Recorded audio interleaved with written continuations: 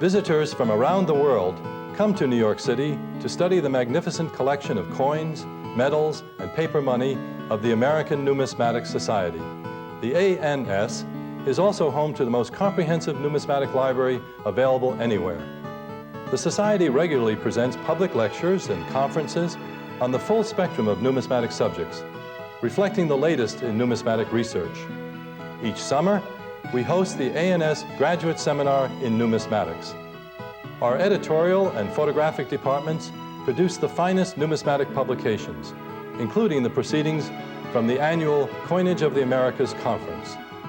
If you have a serious interest in numismatics, please contact me for further information about the American Numismatic Society.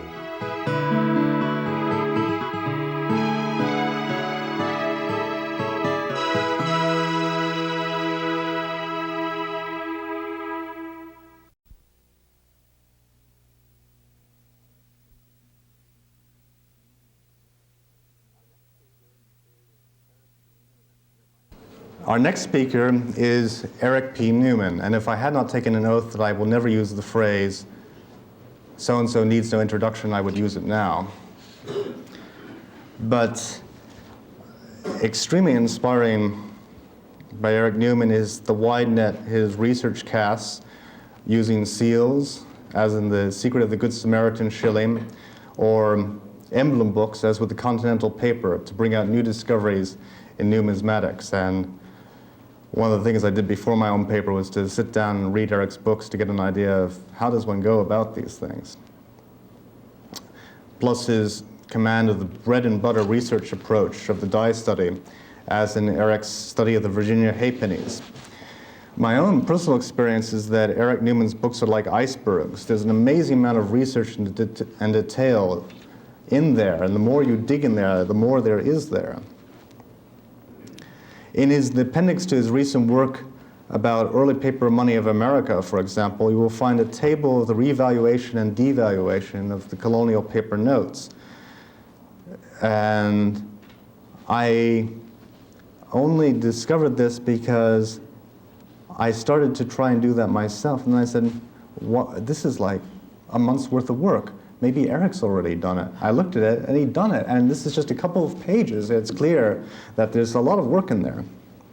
And then the other day, I was looking at the Good Samaritan shilling again, and there's an unassuming little footnote about Charles Willis Betts with 2 references to old auction catalogs, and another one to Froissart's Numisma. And it's not only the references, the knowledge of the auction literature that's amazing, but it's also having this reference to Froissart's Numisma, which I have had a lot of pleasure reading it. There's a marvelous serial novel in there about the 1804 dollar. Anyway, without more ado, Eric Newman speaking about unusual printing features in early American paper money. It's always a privilege to be a part of the ANS COAC, and I think this is just a wonderful way for all of us to share and develop numismatic knowledge. And so off we go on now to a little touch of paper money, since all of you have had 2 wonderful programs on coinage so far, and so we'll shift to the other. Can all of you hear? The interesting feature about printing paper money, which I'm going to talk about, is that the printers were always in a hurry to have their job completed.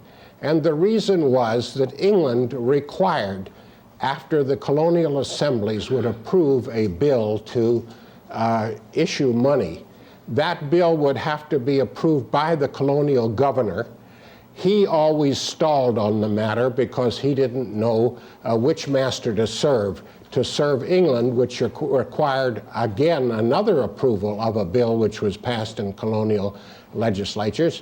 But he had to be loyal to his own people because those are the people he had to live with. So each time a bill would be passed for money, and it might be a need that was immediately, it had to be taken care of immediately, then the colonial governor would think about it, and he'd have to send that bill to England for approval, either of the Board of Trade or sometimes the Privy Council.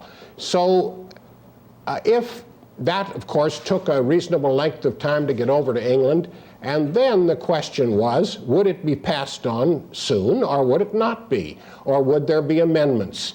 And so the enormous amount of time that was taken to get this matter accomplished made it impossible to handle the economic problem of issuing currency because of the immense delay. And then there would come back conditions that they couldn't print as many as they wanted, that they shouldn't build a jail, that they shouldn't help the poor people, or that they should do more of this or less of that. So it was always a negotiation problem which took a long time. So you couldn't prepare the money in advance. You had to do it when you finally got approval.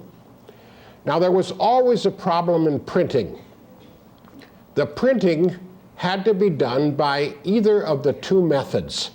The method of engraving a copper plate and printing from that copper plate, or by printing from set type and ornaments.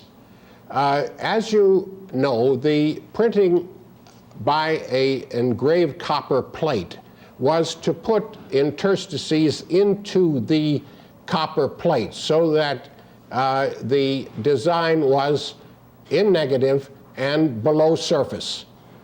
Whereas printing from set type and from ornaments, those projected upward, and therefore the print would be on top of the set type, and that would be an impression into the paper, whereas the engraved would be the ink attaching itself to the paper from the interstices below, the intaglio printing below. Now the printer would have to pick up this ink in a very difficult manner. If you were engraving and you put ink, wiped ink, along the top of the copper surface, you would then have to wipe the ink off of the field so that it only was in the intaglio surfaces of the engraved area. And then that had to be wiped clean, and that had to be done after each print. Therefore, then they would put a sheet of paper over the top of the engraved plate, and then a wool pad would be put on the paper, and you would roll a very, very heavy brass roller or iron roller over the top of the wool, pressing the paper onto the plate and pick up the ink in that manner. Now, it was entirely different as to the printing from set type. There you would have to ink the top of the set type. That was done either by a pad which was dipped in the ink, and you'd place the pad would be had the ink applied on the top of the letters and the ornaments, and you had to smear all that ink, but you didn't have to wipe when you did set type, because the excess ink would flow into the lower parts, and that would be not in contact with the paper. Then you would lay your paper over the top, and then a heavy board with a pad would come down on top of the paper and be pressed onto the paper. The letters would press into the paper and push the ink into the paper, and you got a beautiful result either way. Well, it was so interesting to have these two methods very skillfully done, and above all, there was always an argument as to which way paper money should be printed. James Franklin, the Boston printer, and of course the older brother and mentor of Benjamin Franklin, felt that the engraving process was better to use for paper money, and Benjamin Franklin felt that the typeset process was the best for paper money. And of course, that referred not only to the ease of production, but also to the question of which method deterred counterfeiters the most. whether it was an engraving, which was very, very difficult to copy by if an artist tried to do that, or whether it was a type and ornaments, which were equally difficult to do. So the big problem in getting an issue out, and the reason I say these delays in England cause all kinds of trouble, you had to get the issue out right away, because when approval finally came, you didn't want to waste any time in getting money into circulation. Now, when you printed either by the engraving method or by the set type method, you had a problem that you could not stack the individual sheet which was printed because it would get the wet ink onto the other side of the piece of paper that was just printed. So each print would have to be laid out to dry, and they had wires and racks and all kinds of methods for drying the sheet enough so that then it could be stacked. And if you had to print the second side of the particular item, then again you would have to dry it in between each of those printings. And with that in mind, you can begin to understand how marvelous it was that in candlelight, and they were working all night, or in oil lamps, and protected from rain and protected from cold inside, how difficult it was to do your printing job when you were printing money. Now, what I wanted to do was show you some of the peculiarities of what a rush job in printing was from time to time, and how hard they tried to produce unusual and interesting money. But there are interesting features that I thought you would be interested in seeing. And may we have the lights off, please? This is a 20-shilling piece of Virginia, which I thought you would be interested in learning how to spell. This isn't the 4 in golf, and nor is it the 4, but it's 4 crowns. At least you realize that we have very poorly trained printers who are at work, and engravers, but they did the best they could, and they did an absolutely remarkable job. On the right-hand side, I call your particular attention to the problem of punctuation. All of us now are told not to use commas too often, but if you see the date there, February, you will notice that there is a comma in between the February and the date of the month in the one case, and then it was eventually corrected when somebody called attention to that particular error. Now we have another Virginia piece on the left, and this shows the pistarine, the 1 shilling and 3pence, which was equal to 1 Spanish pistarine. Well, they couldn't spell pistarine. It is spelled P-I-S-T-A-R-E-E-N, but this again doesn't bother the artist particularly, so that everybody could read that rather well. Now, there was also another problem in the hurry up to produce ornamentation. Here is a side column on a Pennsylvania piece where we're trying to show 10 shillings, and the S is should have been cut in reverse when this was done, but this happened to be done the wrong way, so we get a backwards S on this group of 10 shillings of Pennsylvania. Now, the other spelling problems were very curious. There was always an argument as to how to spell Pennsylvania. Apparently, it didn't make any difference how you spelled Pennsylvania, whether you used 1 N or 2 N's, or whether you used S-I-L or S-Y-L. So the paper money printers of Pennsylvania decided we will use all of them. And so each denomination had a different spelling of Pennsylvania, and with that in mind, they figured, oh, well, this is a good way of trapping a person who altered the denomination of paper money. Will have the spelling indicate which denomination is. We won't tell anybody, but it'll be obvious, and so forth. So they tried that. Well, in any event, they got so confused that on the next issue, they got it all mixed up, and so the whole idea of using it as an alteration deterrent collapsed completely. But at least you have all four spellings of Pennsylvania on one issue of the Pennsylvania currency. Now, a second type of method of decoration was, as you see on the continental currency, on the left side, you see an eagle and a crane fighting, and you have this in a normal condition. And these fights do take place on occasion, and it is a remarkable thing to see the battle. Occasionally, the crane is able to stick the eagle and hurt it and protect itself. However,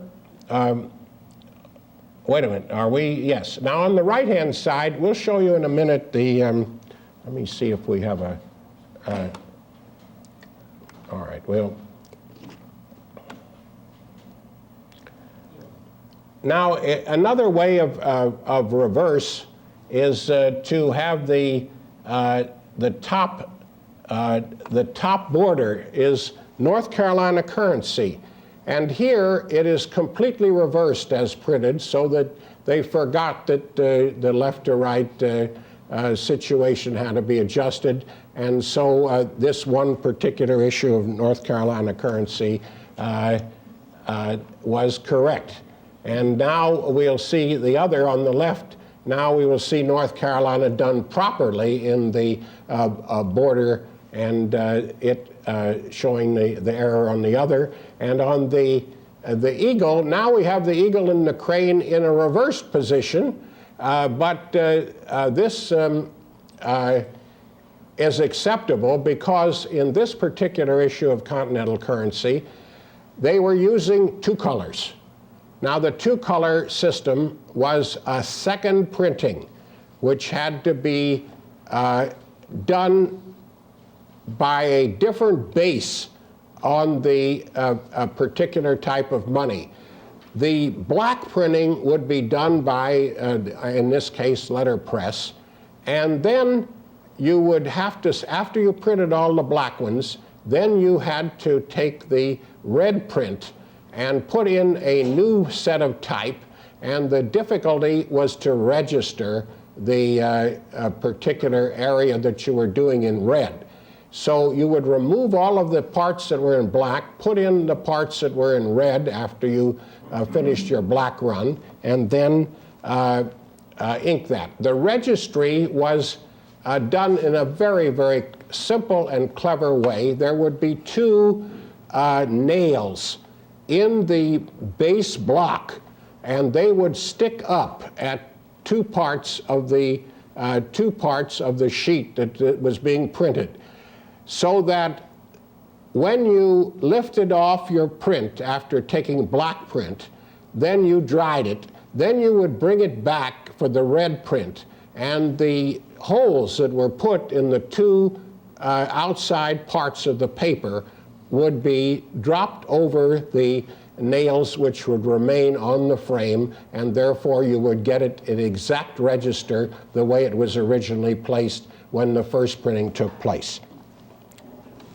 They determined on the $4 note of continental currency, all four borders should aim inward so that they would be read when a person was handling money and turning it around, and he could always read.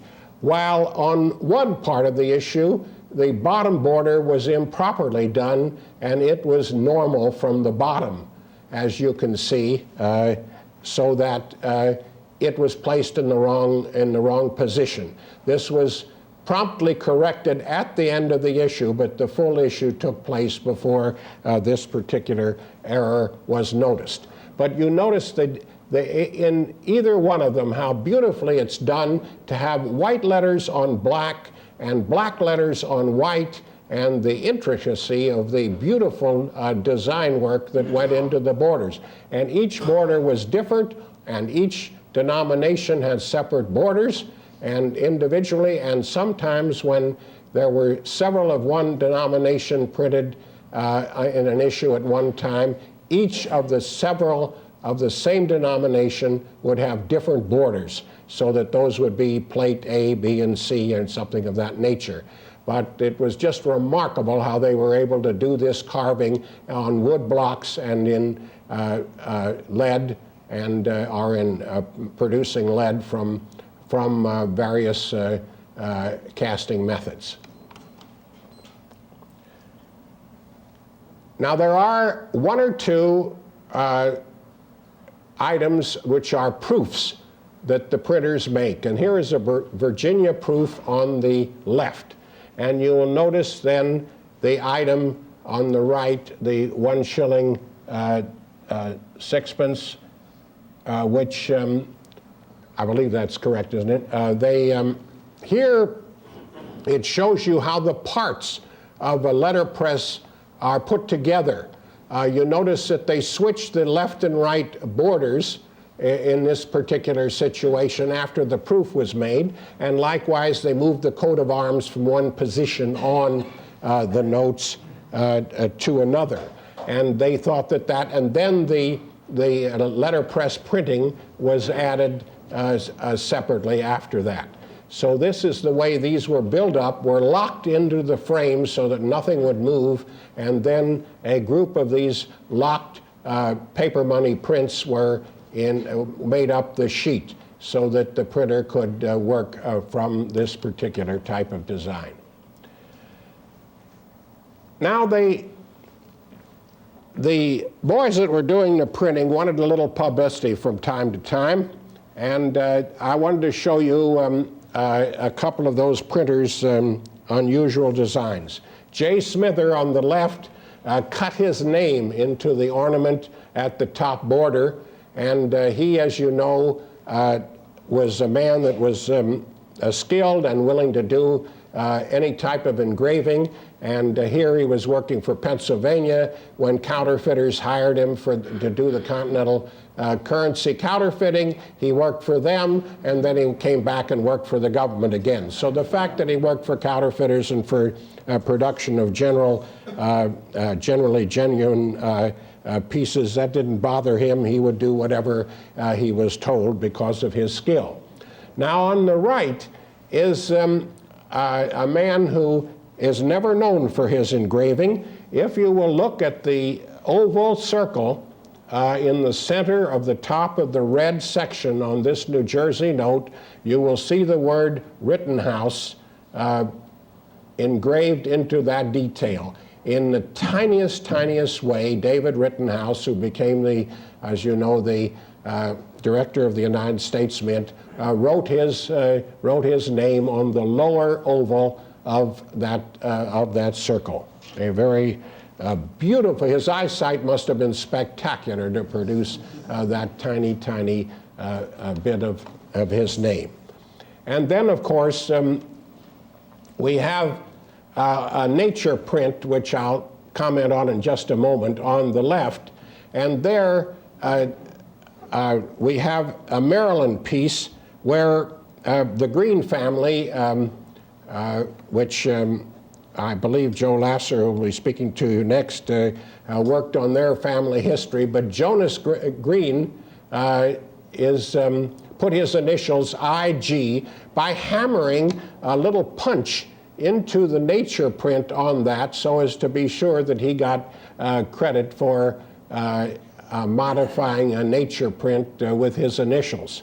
On the right, of course, is the beginning of nature printing, which Benjamin Franklin developed, and so Benjamin Franklin saw to it that his name was printed on paper money. All of the paper money he did. He used this as personal advertising for printing business, and everybody's very glad that he did.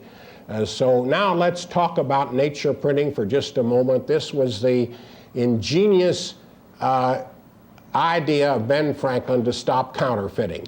That if you could produce an image from a living plant or a living leaf, that each leaf would be like a fingerprint. Every leaf is different. It has different characteristics and different detail, and therefore, if you could possibly print this on a piece of money, no engraver could possibly counterfeit a leaf design. So the general idea was to get the counterfeiter working on somebody else's paper money, not on the paper money that was being done by Franklin. So these are the beginnings of the outline of a simple type of nature print as Franklin first produced it. This was done by taking a leaf, as many of you may know. You took a leaf and you made paper mache, a wet paper base, and then you squeezed down this paper base till it was flat. Then you would lay the leaf on that and press the leaf so that it would sink slightly into the paper mache while it was wet. Then you would let this dry, and over the top then you would pour plaster. Now you would pick up a negative image of the plaster, and the leaf would be in depth into that particular design of the leaf on the plaster. Now the problem was, how do you pour lead onto this plaster so that you can print with the lead, which you couldn't print with plaster because it would break, and therefore the leaf had designed had to be transferred first to the plaster and then to the lead. The minute you poured lead onto plaster, the plaster would break and your lead would run all over the place. So Franklin's scientific engineering type of mind said, how can I keep that plaster from breaking? Well, of course, he baked the plaster. That was one of the items that he knew to get the moisture out of it, because it would break less if it had less moisture in it. But what could he put into the plaster to keep it stronger and break and not break? Well, he had two items that were excellent. Brick dust, that would cost nothing, and of course the boys laying brick in Philadelphia were produced a lot of brick dust, and he could go over to the brick factories and get their spoilage and so forth. So if he could mix a brick dust in the plaster, that would make the plaster much stronger. And likewise, he could put mica into the plaster, which would hold the plaster together.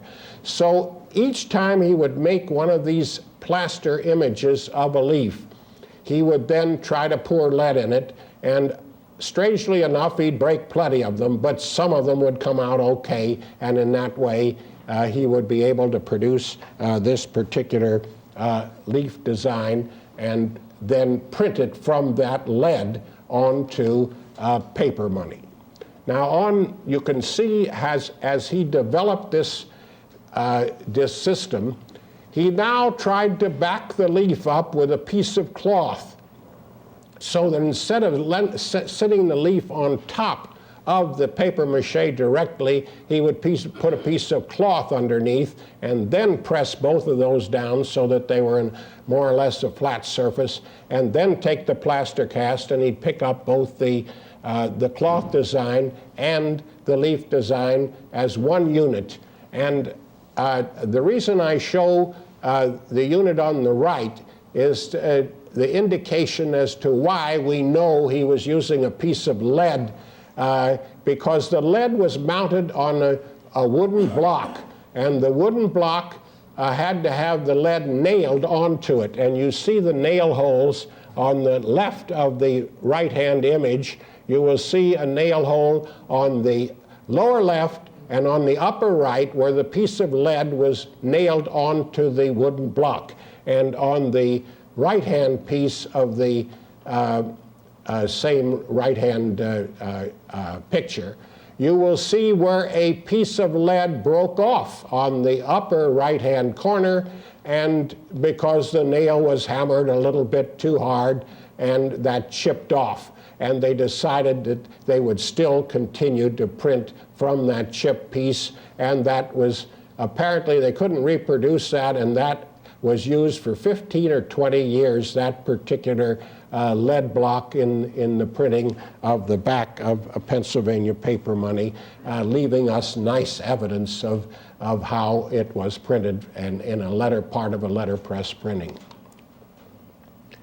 Now, the Continental fractional currency, the boys decided that it would be decorated in a peculiar way, and I put the four on the left together to show how their sixth, a third, a half, and 2/3 of the denomination. And what they would do surrounding the Fugio design and the sundial design is on the lowest denomination there would be one dot on the outline around the vignette, and then on the next denomination 2, and the next 3, and the next 4. This, of course, had no purpose whatever unless you knew which denominations were issued of a particular issue, but it just was the printer's way of trying to have some way of preventing a change in denomination by somebody writing over and trying to cheat you a little bit, so you could always see these insignia. On the right-hand side, you see the second type of insignia. Here is a floral design under the top border, and there is no coordination between these, but on each denomination they're different. They had some on the left and some on the right, and I cannot figure out any purpose for dividing up these particular items so that the number could be written in, but this is the way they are, and perhaps someday we'll figure out why the printer did that particular type of ornamentation, but so far no answers. Now, another method for helping the illiterate read the denomination of paper money and of giving an insignia to a denomination was the use of the crown. And here are 3 pieces of Pennsylvania money, one of 5 shillings, one of 10 shillings, one of 15 shillings. In other words, one crown, 2 crowns, and 3 crowns. And there they would put the red crown on the piece of paper money so that the person could check that against the denomination if he cared to. And on the right, we have an indication in New York of 3 pieces of paper money where the New York pounds were demonstrated by putting on the 2-pound piece on top, they would have 2-pound weights, which was not intended as a pun because, of course, the pound insignia and the pound denomination came from a weight in the first place. But then on the 5-pound, they put a V to show that that weight was a 5-pound weight, and on the 10-pound, then they would put 2 of the V 5-pound weights to show you that denomination. So it was a very simple and a very charming way of putting an extra insignia on a piece of paper money to help you. In New Jersey, on the left, one of their systems was to use a sun, and they used a half a sun for a 15 shilling denomination, and for the 30 shilling denomination they would use a full sun. So here you see in detail how the use of the sun, and then on the 6-pound they would use 2 suns, and in that way a signal to do that. In South Carolina, they were more worried about counterfeiting than in helping anybody protect themselves against alteration. So in the denomination there of 3 pounds, 5 shillings, and no pence, they were reasonably fortunate in South Carolina to have a Hebrew press, which was printing books and pamphlets for the Jewish community. So they knew that nobody else would have a Hebrew press and that any counterfeiter would have a terrible time. So the Hebrew letters were taken as decorations and used on South Carolina paper money.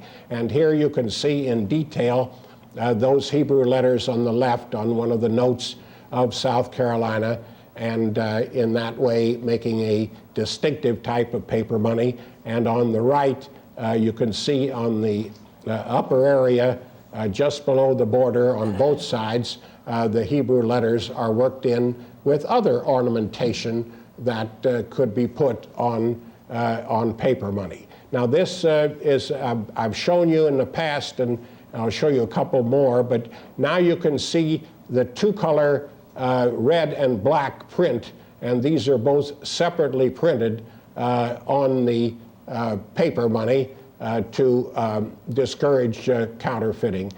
So we'll go into that in just a moment. Now, the red and black print could also be used for a counterfeiting deterrent.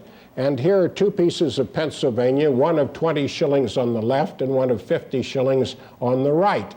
And you see a red 1. That is an L.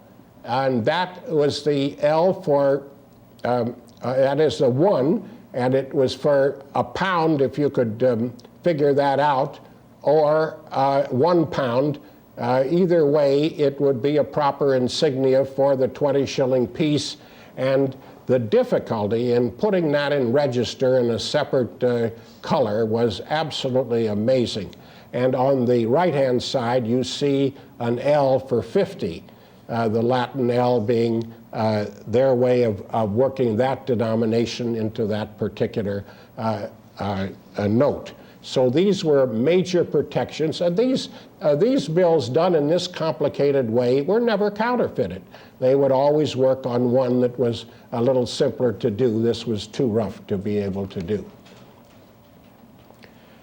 Another lovely item to protect bills and to make them distinctive and unusual was to add a seal. And in this particular case, we have Georgia pieces where first they would have red and black print, and second, they would have a colored seal. And these seals are beautifully done. Now, with respect to the red and black print, you'll notice that in the red line there is an in the middle. They tried to put a black print word in the red print line, and they finally figured out that the registry was just too difficult to do, and therefore the line should be done all in red. And so we have one part of the issue with the letters IN in black, and another part of the issue with the INs in red. And in that way, we see that the printers were exhausted from trying to get registry right and do it a line at a time rather than have to work it on both the horizontal and vertical position to get it absolutely right. And there are the beautiful seals, and you can see the skill of those engravers. Justice on the left-hand side carrying the scales, and a rattlesnake with the motto, anyone who steps on me will not go away unharmed. And so these are a third color printing on this particular type of money, and show some of the gorgeous artistry of these untrained colonial engravers. Now, there was another method of correcting a problem which was not supposed to exist. These are on the larger engraved styles of colonial notes. They were approximately 6 inches in height and perhaps 4 inches in width. And they put insignia. You could see there's a fox or a rabbit or a duck or so forth at the bottom of the text, so that a person who couldn't read would recognize an animal symbol. But above all, these pieces were too big.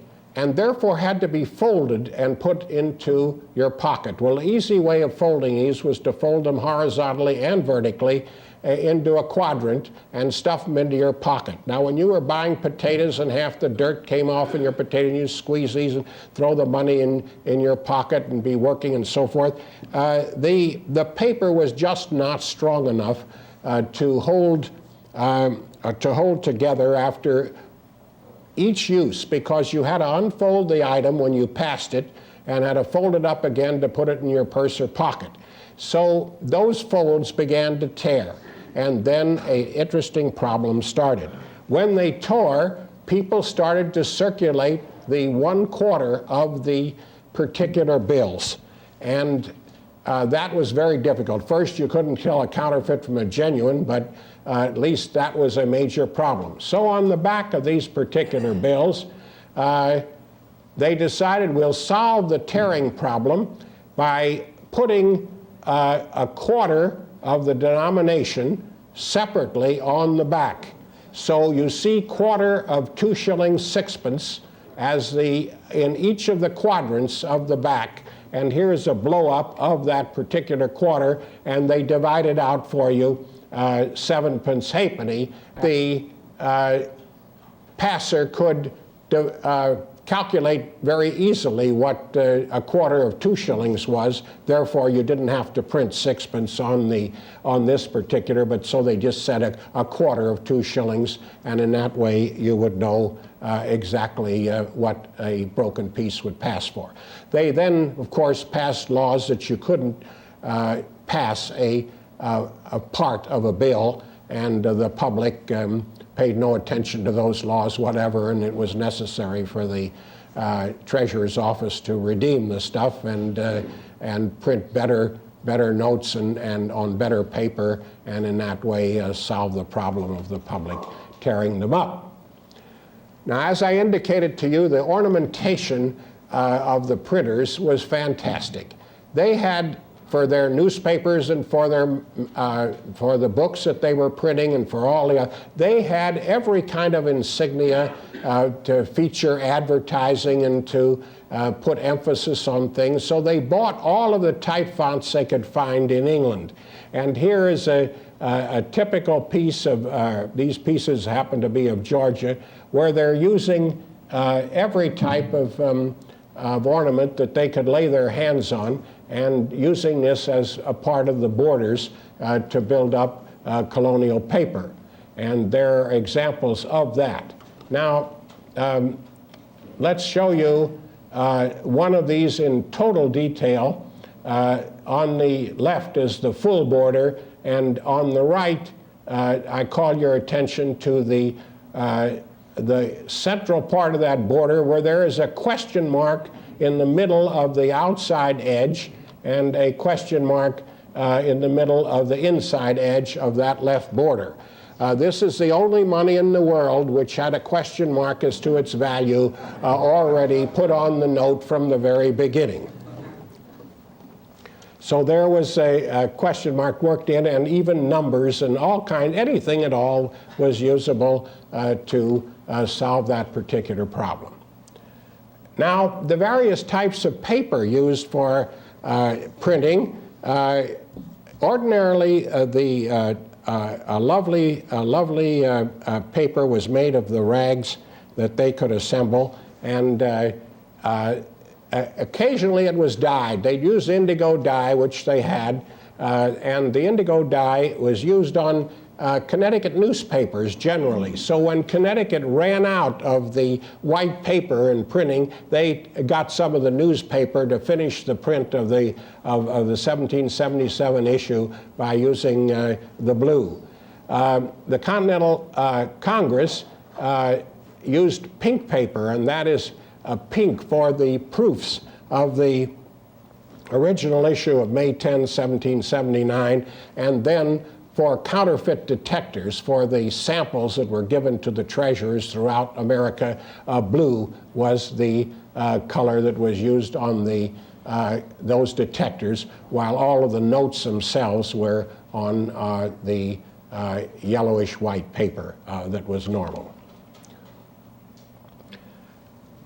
sometimes the decorations would be very complex, and Benjamin Franklin was always accumulating paper of high quality, and at the time of the Revolutionary War, he had marbled paper that he was going to use for some fancy purpose, an invitation or for a book and so forth. So on the left, the Continental Congress, when they needed to print $20 notes, and they didn't want to print them in a sheet because they couldn't handle it that way, because this was an afterthought how to print them. They printed on his paper and used his marbled paper as on this particular note.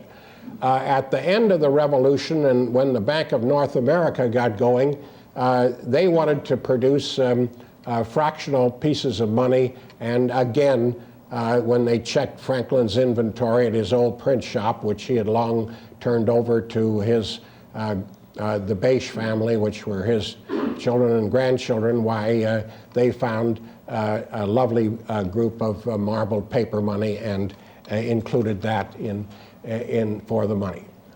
Now in Maryland, we have another very, very peculiar situation in that the word, as you notice, thirds, there is a caret, and a small h is put in instead of a large H. Well, this looks like an obviously ridiculous error, and likewise in the word bearer, which you can see, there is again a caret and a small e put in to that text. Well, they just wanted to use as many different type fonts as they could to fool a counterfeiter, and so you have these strange errors, so to speak, in the paper money, but actually they were put in deliberately to show off their different type fonts and to continue that way. Now, in North Carolina, they decided to have secret marks. Well, I don't know. The secret marks had to be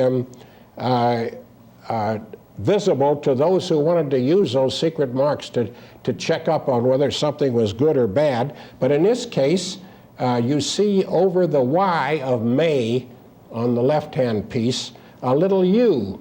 They slipped that little U in there, hoping that the counterfeiter would think, oh, that's an ink smear or a mistake. And therefore, if he put the counterfeited that note without the U on top of the Y, it would be bad, and therefore a very easily determined piece. Likewise, on the right, there are two secret marks, a circumflex over the top of the E in silver, and that was, again, supposed to be sort of a smear, but and then instead of a dot over the I in Smithfield, a little line was put, so that if the counterfeiter put a dot there, it could easily be determined that the counterfeiter was wrong.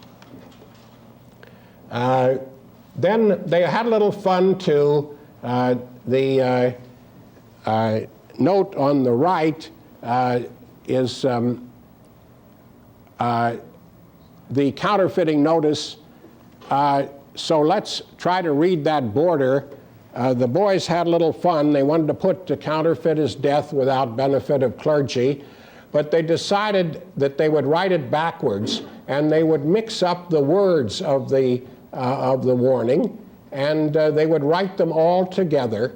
And so you see, beginning at the right-hand side, it starts to death and so forth, written backwards, but all in one line, and you have to have a little puzzle to figure out what was wrong in that particular situation.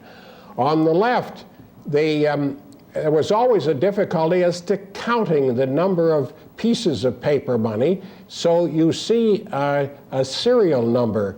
Two little numbers were put in next to the vignette, and two little letters, excuse me, and that they would change these in the printing font in the printing frame each time they would print a certain number of pieces, and in that way be able to check what groups were there. And then when those were sent out for signing by the particular parties, they would know who to assign them in amount, and could check whether something was from another group was substituted in this group and so forth. It helped them on the counting.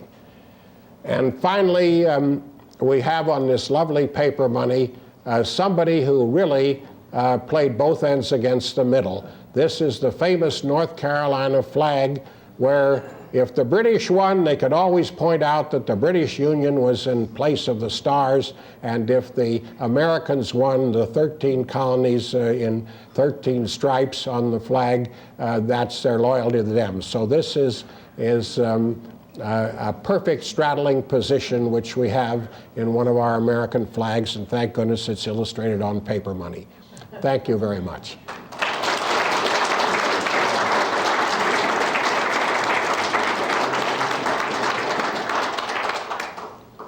Any questions? I'll try to, I don't want to use up any of other people's time. Have you any questions? Yes, I see one. Mr.